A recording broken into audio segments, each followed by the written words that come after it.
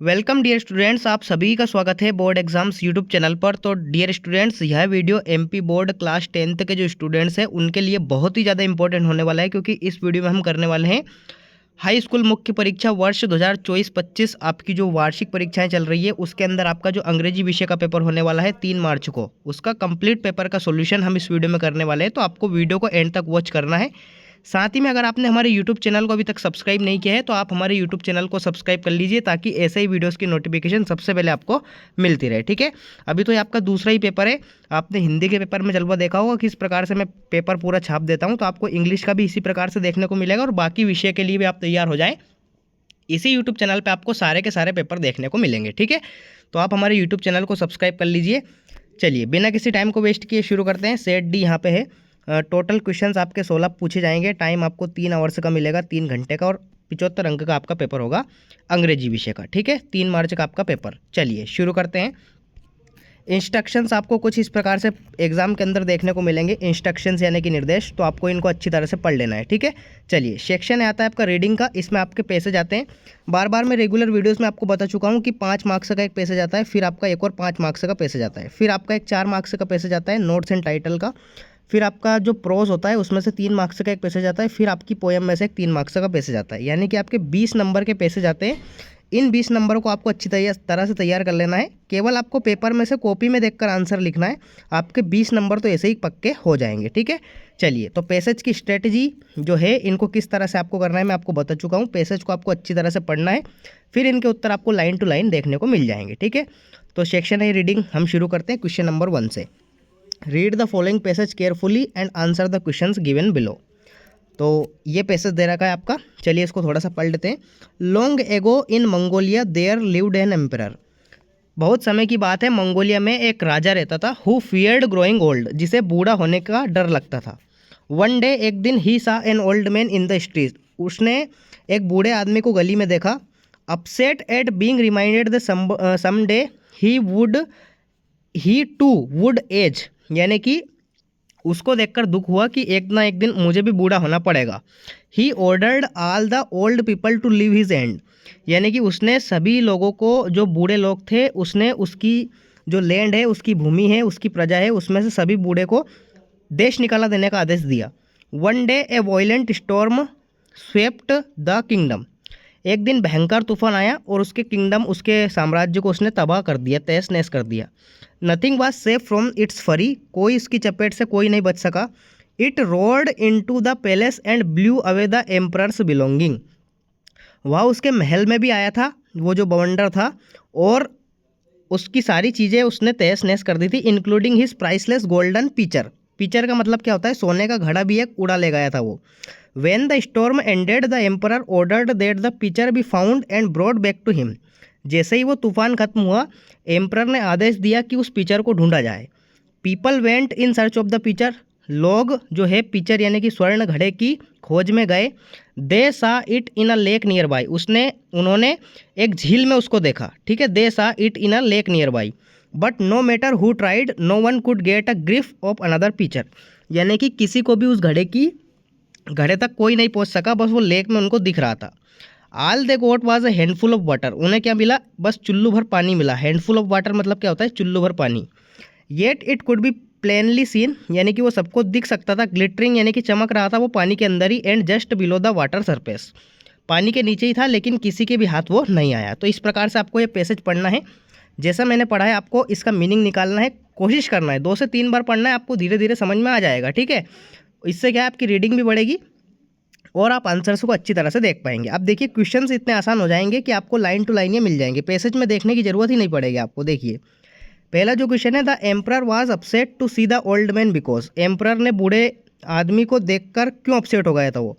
क्योंकि वो इसलिए अपसेट हो गया था, it reminded him that he would grow old too. वह इसलिए अपसेट हो गया था क्योंकि उसे डर लगा था कि वहाँ एक ना एक दिन वहाँ भी बूढ़ा होगा। तो ए ऑप्शन आपको इसमें राइट आंसर लिखना है। पैसेज में देखने की ज़रूरत ही नहीं पड़ी मुझे, मैंने केवल पैसेज को अच्छी तरह से पढ़ा और उसके आंसर मैंने अपने आप लगा दिया इसका। दूसरा है आपका, द पीपल सा द गोल्डन पिचर। लोगों ने गोल्डन पिचर कहाँ पे देखा था? तो एक झील में देखा था, in a lake nearby. C option आपको इस क्वेश्चन का राइट आंसर करना है। नेक्स्ट तीसरा है आपका, the emperors orders were that all the emperors ने क्या ऑर्डर दिया था, जो राजा था उसने क्या ऑर्डर दिया था कि सभी बूढ़े जो लोग हैं उसकी ज़मीन को छोड़कर चले जाएं, उसके देश को छोड़कर चले जाएं। तो old man should live in his land, यानी कि ए ऑप्शन आपको इस क्वेश्चन का राइट आंसर लिखना है। ठीक है, नेक्स्ट सॉरी, ये यहाँ पे लीव कौन सा है ये देखना पड़ेगा। लीव यानी कि छोड़ने वाला है ना। One day violent storm upset being reminded somebody would have he ordered leave his land, ये वाला लीव है ना कि दूसरा वाला। ठीक है, old man should leave his land, ये वाला जो लीव है इसका मतलब होता है निवास करना, और ये वाला जो लीव होता है इसका मतलब है छोड़ना। ठीक है, तो आपको सी ऑप्शन इस पर राइट आंसर लिखना है। ठीक है, सी ऑप्शन। अगला है आपका चौथा, what did the people who went to bring the pitcher get, जो लोग घड़ा ढूंढने गए थे उन्हें क्या मिला था, तो उन्हें मिला था केवल चुल्लू भर पानी, ए हैंडफुल ऑफ वाटर, यानी कि सी ऑप्शन आपको इसका राइट आंसर कर देना है।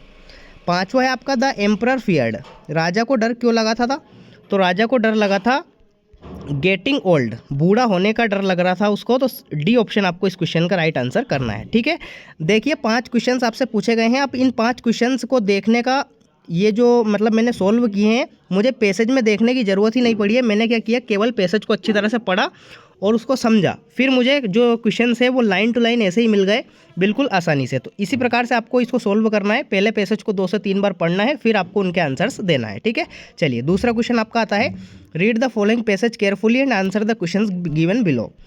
दूसरा भी आपका पैसेज आता है 5 नंबर का, इसको आपको अच्छी तरह से पढ़ना है और उनके आंसर आपको देना है। तो चलिए ये आपका जो पैसेज है उसको आप देख लीजिए। ठीक है, इसको आप पढ़ लीजिए अच्छी तरह से, और इसका जो क्वेश्चन है इसका आंसर मैं आपको बता देता हूँ। चलिए देखते हैं, आपको पैसेज पढ़ना है, मैं आपको डायरेक्ट आंसर बता रहा हूँ यहाँ पे। ठीक है, the main source of animal oil is, animal oil का मेन सोर्स क्या है, व्हेल है। ए ऑप्शन आपको इसमें राइट आंसर लिख देना है। नेक्स्ट दूसरा है आपका, vegetable oil is mainly used for, vegetable oil का मेनली यूज़ काई में किया जाता है, कुकिंग में किया जाता है, खाना बनाने में किया जाता है। तो ए ऑप्शन आपको इसमें राइट आंसर करना है।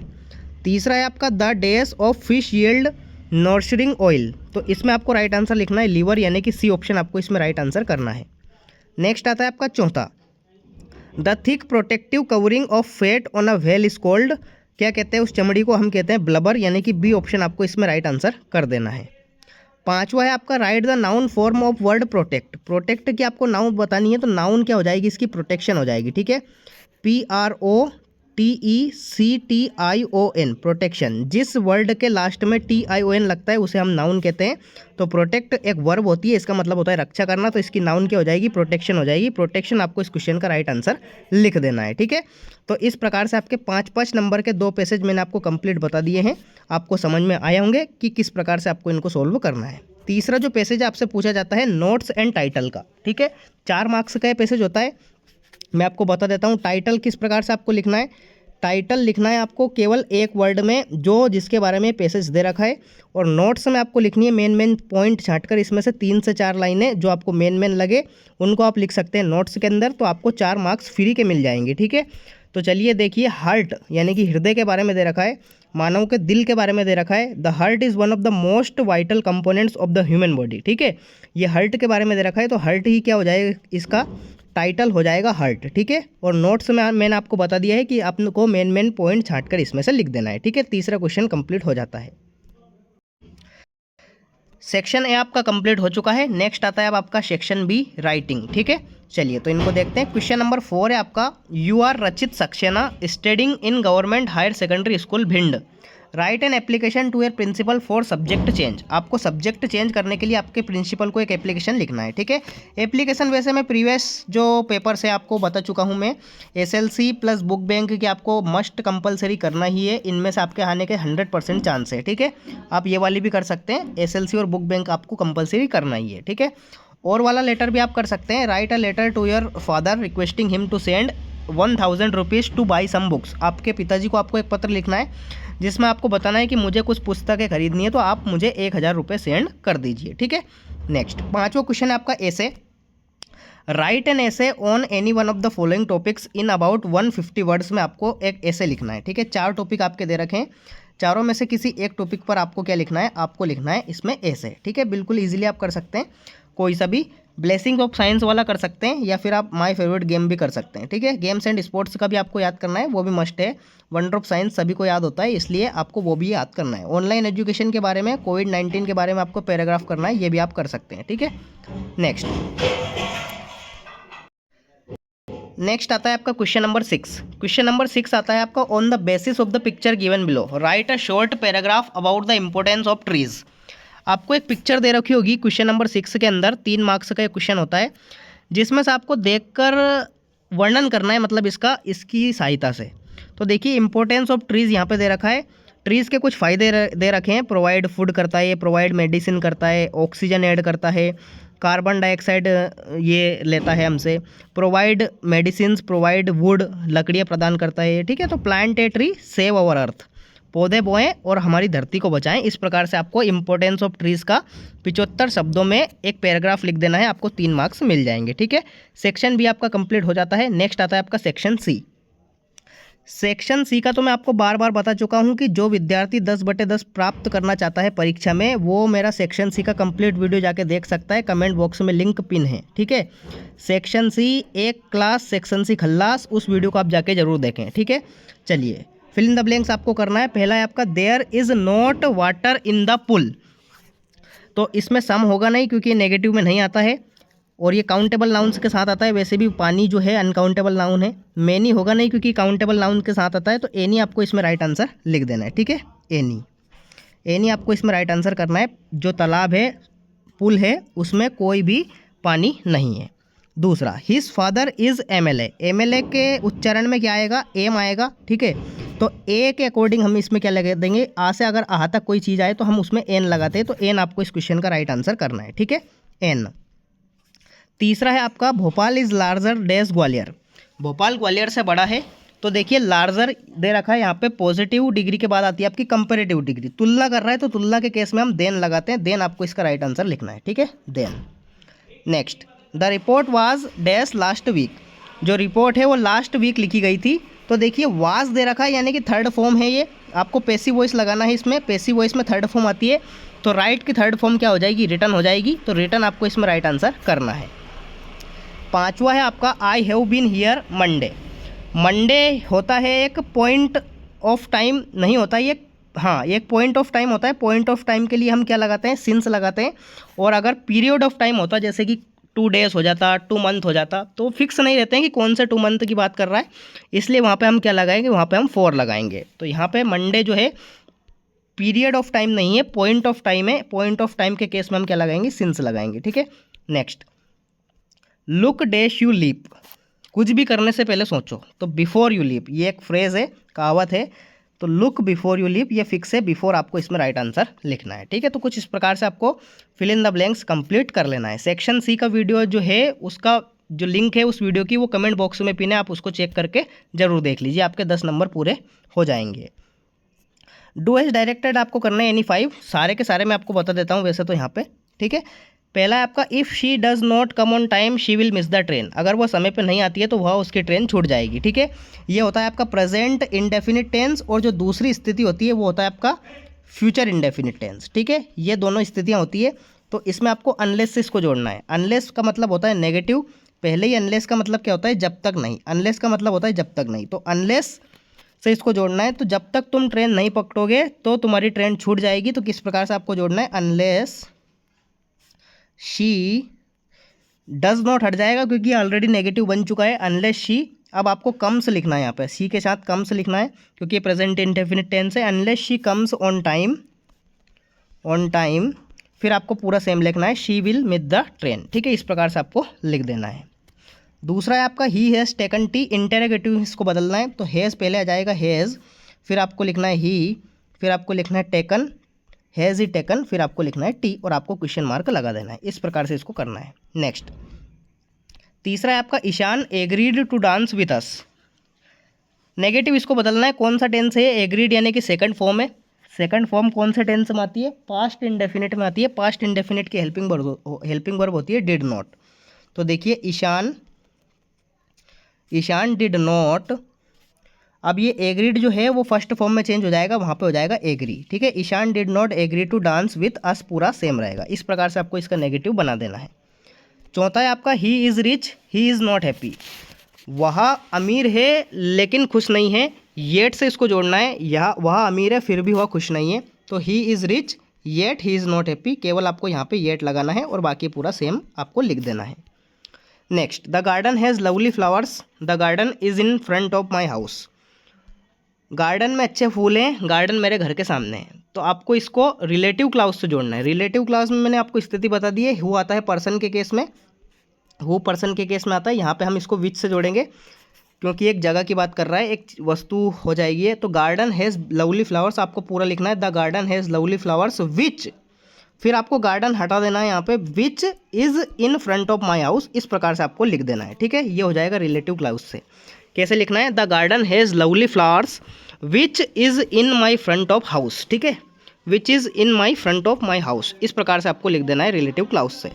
नेक्स्ट, छठा है आपका, I have not seen Mohan since 6 years, correct the sentence. तो मैंने आपको अभी बताया है कि जो पीरियड ऑफ टाइम है उसके लिए सिंस नहीं आता है, उसके लिए आता है 4। तो यहाँ से सिंस हट जाएगा, 6 ईयर्स के लिए यहाँ पे 4 आ जाएगा, 4 आपको यहाँ पे लिख देना है। ठीक है, इस प्रकार से आपका सेक्शन सी कंप्लीट हो जाता है। नेक्स्ट आता है आपका सेक्शन डी। सेक्शन डी में आपको 4 जो है सही विकल्प आपसे पूछे जाते हैं, एमसीक्यूज पूछे जाते हैं। तो इनका भी जो सॉल्यूशन है मैंने आपको ऑलरेडी अपलोड कर चुका हूँ।